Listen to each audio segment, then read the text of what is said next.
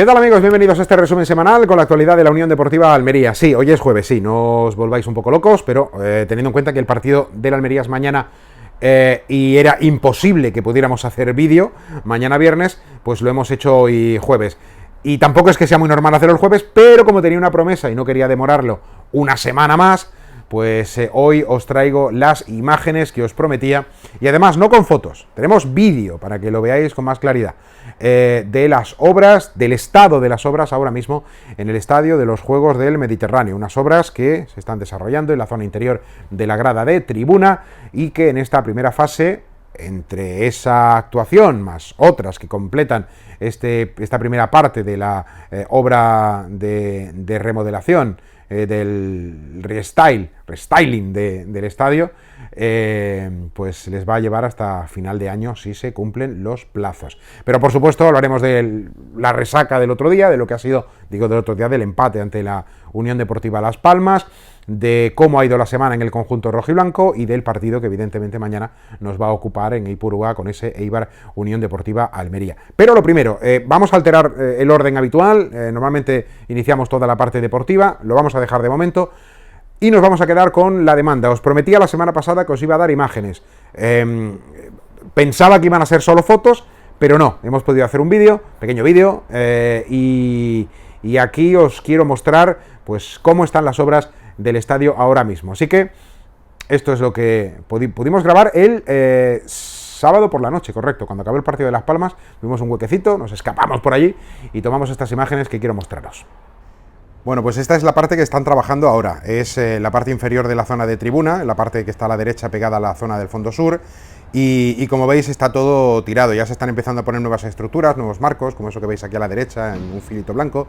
Se ha visto antes lo que era la sala médica y otras dependencias, que la sala antidoping, insisto, y otras dependencias que se usaban para otros deportes, y aquí pues la zona de boxeo, quiero recordar que era, también esgrima. Al fondo veis que hay un cerramiento con una pequeña puerta de color rojo, y que es por donde acceden los técnicos o los jugadores cuando van a sala de prensa o no. Esa parte que habéis visto en el fondo es una zona que luego se tirará abajo, evidentemente, porque está hecha de un material que es sustituible, porque simplemente de lo que se tratará de cerrar toda esta parte sobre la que se está trabajando en la actualidad. Cuando todo esto esté terminado, pues se hará la operación inversa, se hará la otra parte, desde el túnel de vestuarios hacia la zona izquierda del fondo sur, para completar todos esos bajos de la zona de tribuna con las actualizaciones en cuanto a espacios y en cuanto a superficies. Estas imágenes, como os decía antes, están tomadas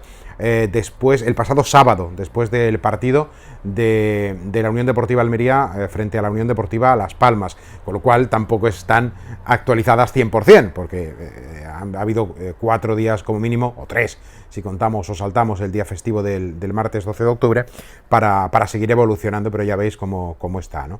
Habéis preguntado que cómo van a evolucionar. Bueno, en realidad esto se ha contado ya tantas veces y la evolución pues sigue siendo la misma, ¿no? No hay ningún cambio en cuanto al planteamiento. La primera fase es todos estos bajos, más la zona de las oficinas del Patronato Municipal de Deportes, que cuando se terminen y marchen al Palacio de los Juegos Mediterráneos, que es la que va a ser la sede definitiva del patronato, pues las oficinas del estadio también se producirá esa ampliación y esa remodelación. Y luego a nivel visual muy especial va a ser el momento en el que se realice el cerramiento perimetral de toda la cubierta exterior, de toda la zona exterior, y se coloque completamente rojo, ya cerrado por completo. No habrá ese espacio entre el final de la grada más alta y el techo, la zona realmente de la cubierta, y ya pues quedará un estadio cerrado por completo a la espera de que llegue luego la segunda fase. ¿Qué más contaros sobre el tema de las obras? Todo esto en realidad es que es repetición, pero bueno, cierto que con la curiosidad, ¿no?, que tenéis con este asunto, pues supone, me imagino, espero, ¿no?, porque así lo habéis demandado, que sea atractivo, que haya saldado parte de vuestra curiosidad con esas imágenes que os he mostrado.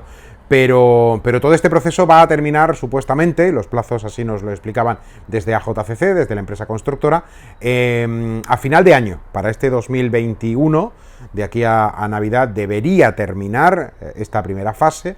Hay que decir que el cerramiento de cubierta exterior, nos decían que no es que llevara retraso, pero bueno, igual sí es verdad, y reconocían desde AJCC que no ha sido todo lo rápido por el verano de por medio. El mes de agosto ya sabéis que es inhábil en cuanto a los proveedores. También, bueno, pues toda la resaca post pandemia ha hecho que los fabricantes, los proveedores, insisto, de los materiales, pues hayan demorado un poquito más, pero bueno, esto inicialmente entraba dentro de la previsión, con lo cual para final de año debería estar finalizado toda esta primera fase. Y luego, hoy además, en la consulta del aficionado, que como sabéis tenemos cada jueves en Onda Cero, nos preguntabais si la realización o completar la segunda fase iba vinculado al ascenso de categoría. En realidad no va vinculado al ascenso de categoría. La primera fase concluirá y la segunda fase irá teóricamente, y no hay por qué pensar lo contrario, cuando concluya esa primera fase, todo al mismo ritmo, ¿no? O en este caso con continuidad. Si hay ascenso, pues evidentemente no creo que haya dudas en el momento en el que se va a acometer esa segunda fase, y si no hay ascenso, pues exactamente igual, por varias razones, ¿no? Primero, si nos atenemos a los plazos que nos han comentado, siempre con el margen que puede ocurrir, ¿no? La primera fase debería acabar en diciembre. Vamos a poner que hay un retraso por materiales o por festivos o por mil historias, que ya sabemos lo que es una obra y mucho más cuando lo hemos hecho cada uno en nuestra casa, sabemos que siempre hay algún margen. Vamos a poner que en lugar de acabar en diciembre, acaba en enero la obra de la primera fase. En cuanto acabe esa obra de la primera fase, irían a acometer la segunda. Y estamos hablando de enero-febrero. En enero-febrero no vamos a saber en qué categoría estamos, y la Almería no va a esperar hasta julio para que concluya la temporada para iniciar el trabajo, puesto que en caso hipotético de que se consiguiera ese ascenso a primera división, empezar en junio supondría tener por delante, pues no sé, 3, 4, 5 o 6 meses de obras, con lo que supone el rebaje del terreno de juego, y eso es un serio problema, iniciar ese proceso, iniciar todo el conjunto de la segunda fase justo en el momento en el que la temporada concluya. Se podrían acometer otra serie de actuaciones, pero evidentemente la del rebaje sí, y eso debería hacerse justo el día después de concluir la temporada. Insisto, si es con un ascenso, yo creo que nadie tiene dudas. Si es con una permanencia, bueno, pues igual alguien se inquieta y piensa que hay una demora.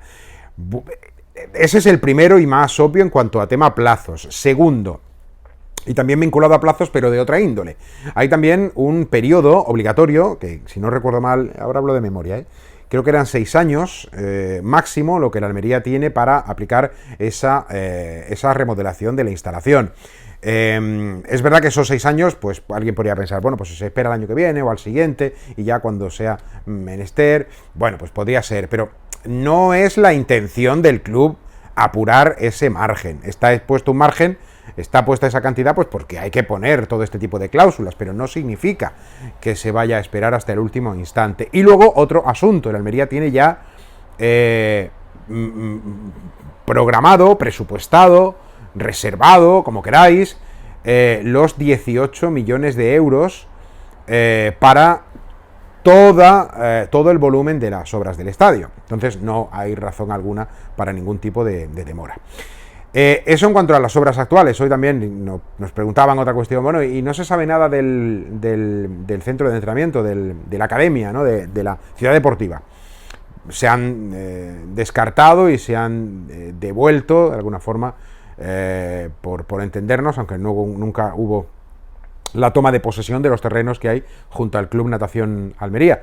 Pero bueno, es verdad que había ahí unos terrenos que la Almería había cedido al conjunto rojiblanco, con la contraprestación oportuna, pero esos terrenos no valían para el proyecto de ciudad deportiva que el club pretende, y por tanto ese proceso continúa. Ha habido alguna que otra revisión de superficies en la zona del Toyo, en la zona de Retamar, y aunque no ha habido muchos movimientos en ese sentido, tengamos también en cuenta que primero está la obra del estadio, que es la principal, y yo creo que también hay que ir paso a paso. Se podrían solapar proyectos, e igual cosa que desconozco. Por otra parte, igual se está trabajando un poco en ese asunto de la ciudad deportiva en cuanto a un concepto general, aún sin tener terrenos, pero no está detenido. Si pensáis que está olvidado y que eso no se va a hacer, no, sí, el club tiene previsto hacerlo porque además considera que es un activo más, aparte de ser patrimonio, igual que el valor de la Unión Deportiva Almería Sociedad Anónima Deportiva como entidad es mucho mayor ahora que tiene la cesión del estadio y que durante los próximos 25 años la explotación de esa instalación reportará beneficios al club. Eso supone un aumento exponencial del valor de mercado de la entidad. Pues una ciudad deportiva es 3/4 de lo mismo, ¿no? Y además en este caso con la diferencia de que no es una instalación municipal que está cedida por un periodo de tiempo, sino que en este caso, y a la espera de resolver cómo se haría el tema del terreno físico, si con una cesión, con una compra, no sé cuál sería el elemento, pero lo que el Almería va a construir sí que es una construcción propia, y no habría ya ninguna cesión ni ningún asunto vinculado a una periodicidad, sino que sería propiedad del club, repito, con el valor añadido que eso supone.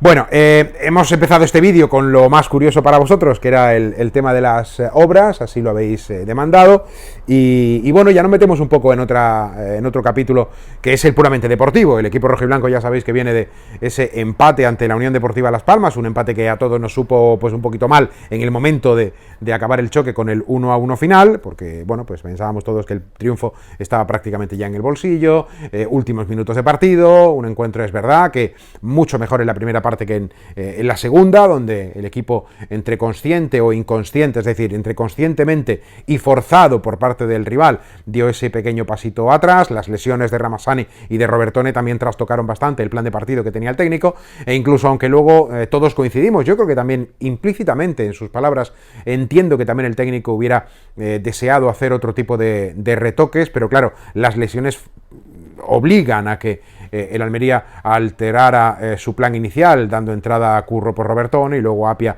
por Ramassani, dos piezas fundamentales en el equipo.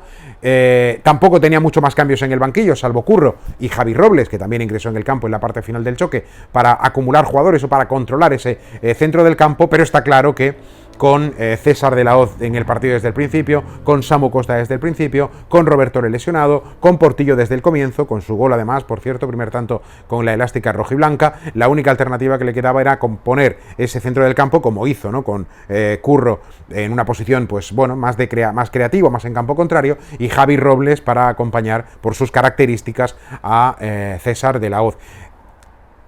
Eso más o menos se podía entender o considerar como algo razonable.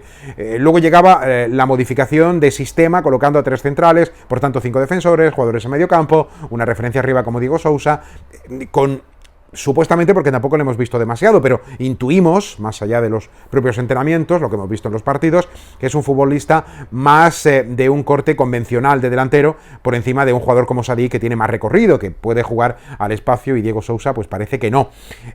Por tanto, se hacía el partido un poquito más espeso, y con el paso adelante del conjunto de Pepe Mel, que tuvo la pelota, pero tampoco nos equivoquemos, no tuvo ocasiones como para decir que fue un agobio tremendo sobre la portería de Fernando.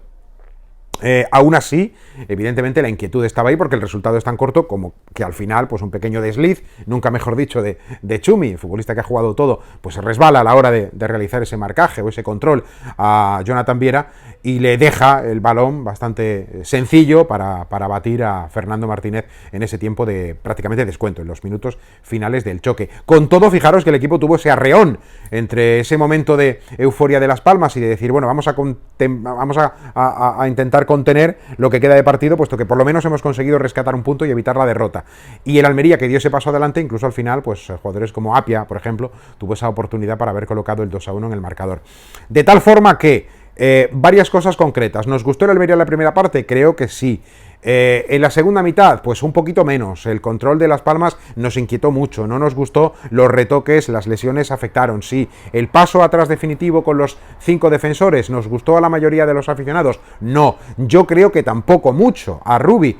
Pero es verdad que en la sala de prensa, cuando le preguntamos por esa solución, por delante de otras, explicaba entre clara y entre líneas, o sea, claramente con sus palabras, o lo que podíamos interpretar es que pues él perfectamente sabía el nivel físico y de desgaste o de acumulación de minutos que tenían los futbolistas en las piernas, el nivel de cansancio por tanto acumulado, y que quiso retocar una zona que entendía que podía ser más débil. La pena, el problema, la putada, es que justamente llegó ese empate, iba a decir derrota, esa sensación de derrota, de tropiezo, pero bueno, ese empate en la zona en la que el Almería además había acumulado más futbolistas para evitar lo que ocurrió finalmente. Pero es lo que queríamos o hemos intentado analizar esta semana en nuestros programas en Onda Cero. Cuando es un error de marca, pues puedes decir, bueno, mira, pues es que tenías que estar pendiente, o defender por delante, o defender por detrás, o la ayuda por este lado, o más pendiente el jugador que hace el pase, o que intenta evitar el pase, lo que sea.